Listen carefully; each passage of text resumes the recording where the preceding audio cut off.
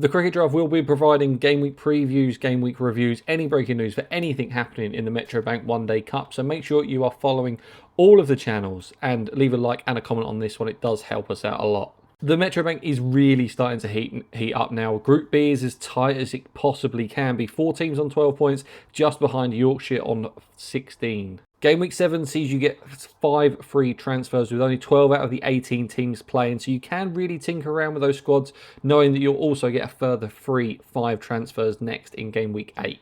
Weather looks dry everywhere this game week, so no need to check those radars. Hampshire have hit some good form with 4 wins from 5 games and are sitting second in Group A. Not secured a good win the last game, moved to 4th with every game looking like a must-win from here on in. James Fuller came into the starting 11 and took 4 for. Nick Gubbins continues to be a run-scoring machine as he now tops the charts. Hamid dropped down to number 4 in game week 6 with Martindale going up to open. Ben Brown comes into the squad with James Fuller back out and Joe Weatherly confirmed out injured for the rest of the season. Not so Freddie McCann and Brett Hutton back in the squad. Andrew Neil has now picked up 9 wickets at an economy rate of just 4.18 across 5 games, accumulating 468 points for just 4.2 million and only owned by 2.9% of players. That is some serious returns. And from nowhere, Jack Haynes suddenly has 281 runs, an average of 56, and a strike rate of 102. He's only scored under 60 points once this season. Our prediction is that Hampshire are going to continue their good run of form. Lancashire's loss against Kent pretty much puts them out of the tournament now with 1 win from 5. Durham's will be a little bit disappointed with their performances so far with the squad that they have available. 2 wins from 5 and now 3 must-win games to give themselves the very slimmest chances of qualification.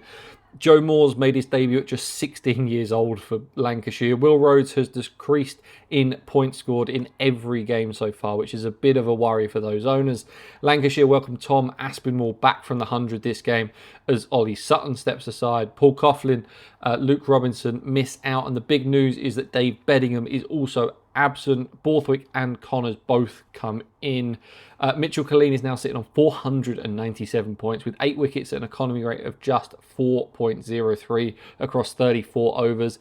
He did get rested once, which makes him a very nervy pick. But if he plays at 5.2 million, he is a great option. So maybe if you do have him, keep a lookout for that 11 news at 10:30. Lancashire's Shetty has now scored in excess of 61 points in all 4 of his performances, twice going over 100, and he is just 3.4% owned. He is in my team. I'm very happy that I've now got him here. Our prediction of this game, Durham's strength in depth should come through in this game. Lancashire are just missing far too many players at this point. Leicestershire will feel like they deserve more than the 2 wins from the 5 games, and they need to win their last 3 to qualify, you'd think. Derbyshire are only one of only 2 teams that have played 4 games and will need to put in a serious run of results together to get into the mix. Shah Massoud hit his first list a ton for Leicestershire in last game. Derbyshire have 8 players who have scored over 200 points, but only 1 over 300, showing players have contributed, but not quite enough to be match-winning contributions at the moment. Lewis Rees, David Lloyd, Mitch Wagstaff and Alex Thompson are all missing from the Derbyshire squad. Leicestershire are unchanged 14 with Liam Travaskis over his niggle, which kept him out of the last game week. Not groundbreaking news, but Ian Holland opening the batting and bowling is very tempting. If you are looking for the ultimate wildcard pick and a differential, then Ross Whiteley is it. 257 points in game week 3 due to an 80 score with a strike rate of 153. Shows what he can do. He's just owned by 0.5% of players. Can he do it again? Our prediction for this game, Leicestershire are going to give themselves a chance of qualification with a win. Essex have hit some serious form. 2 wins in a row and some confident noises coming from the camp. It will take a hell of an effort with 3 wins from 3 to qualify, but they do play Glamorgan first, who are rock bottom at the moment.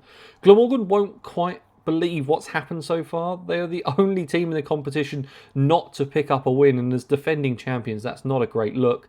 Curtis Campher got a first ball duck after his spectacular century the week before. The top 8 of Glamorgan all got to double digits, but no one could go on and make a match-winning contribution. Lots of changes for Essex. Campher is on international duty, but he's back for Friday. Thane and Snater come back in, while Jones and Brown are all out injured and Bennett is rested. Glamorgan remain unchanged. Simon Harmer has just come in and given you serious contributions in every time he's been in that 11 in both matches, with an average of 191 points a game. Essex will still believe with Harmer in their team. Why not? And for Glamorgan, it's still Dan Doothwaite. He has such a high ceiling. Surely it's got to come off eventually. We think that Essex are going to win with the momentum that they already have in this competition. Northants are now in serious trouble and will have to win 3 from 3 to stand any chance of qualification.